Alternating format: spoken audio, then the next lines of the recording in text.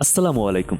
আমাদের এই উন্নয়নশীল দেশে পুষ্টিকর খাবারের দাম এতটাই বেশি যে অধিকাংশ মানুষের শরীরেই পুষ্টির ঘাটতি দেখা যায়।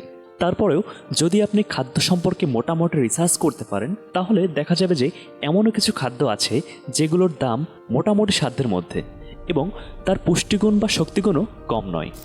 যেমন ধরুন হাঁসের ডিম। এটা এতটাই শক্তিবর্ধক যে চায়নাতে বিভিন্ন শক্তিবর্ধক ঔষধেও হাঁসের ডিমের ব্যবহার করে। তো যাই হোক, হাঁসের ডিম কাদের খাওয়া উচিত, কেন খাওয়া উচিত, কিভাবে খেলে ভালো হয় এবং আরও কিছু অজানা তথ্য আজকে আপনাদেরকে আমি জানাবো, যা কোনো ডাক্তারও আপনাকে সচরাচর বলবে না।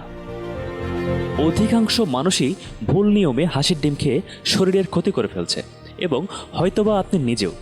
সেটি নিয়ে একটু পরে কথা বলছি। তার আগে আসুন জেনে নিই হাঁসের ডিম কাদের নিয়মিত খাওয়া উচিত। হতে পারে আপনার পরিবারের কারো অথবা আপনার।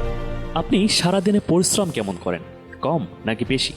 যারা শারীরিকভাবে কর্মঠ, স্বাভাবিকভাবে তাদের শরীরে কিন্তু অতিরিক্ত শক্তির প্রয়োজন হয়। হাঁসের ডিম তাদের জন্য বেশ উপকারী। যেমন ধরুন দিনমজুর, সৈনিক, ক্রিকেটার ইত্যাদি। আপনার শরীরে কি প্রোটিনের অভাব? যাদের শরীরে প্রোটিনের ঘাটতি রয়েছে তাদের জন্য হাঁসের ডিম অনেক উপকারী। এই যেমন ধরুন শারীরিক দুর্বলতা, যৌন শক্তির অভাব, দীর্ঘস্থায়ী অসুস্থতায় আক্রান্ত ব্যক্তি যেমন ক্যান্সার, ডায়াবেটিস ইত্যাদি রোগীরা হাঁসের ডিম খেতে পারেন। আপনার শারীরিক গঠন কি, চিকন নাকি মোটা? যদি চিকন হন তাহলে হাঁসের ডিমে থাকা ক্যালোরি এবং চর্বি আপনার ওজন বাড়াতে সহায়ক। আর যারা ফ্যাটি তারা কিন্তু একটু সাবধান। এখন আসুন খাওয়ার নিয়ম সম্পর্কে খুবই সংক্ষেপে কিছু কথা বলি। ডাক্তারের পরামর্শ ব্যতীত সপ্তাহে একটি বা দুটি বা সর্বোচ্চ তিনটির বেশি হাঁসের ডিম খাওয়া উচিত নয়।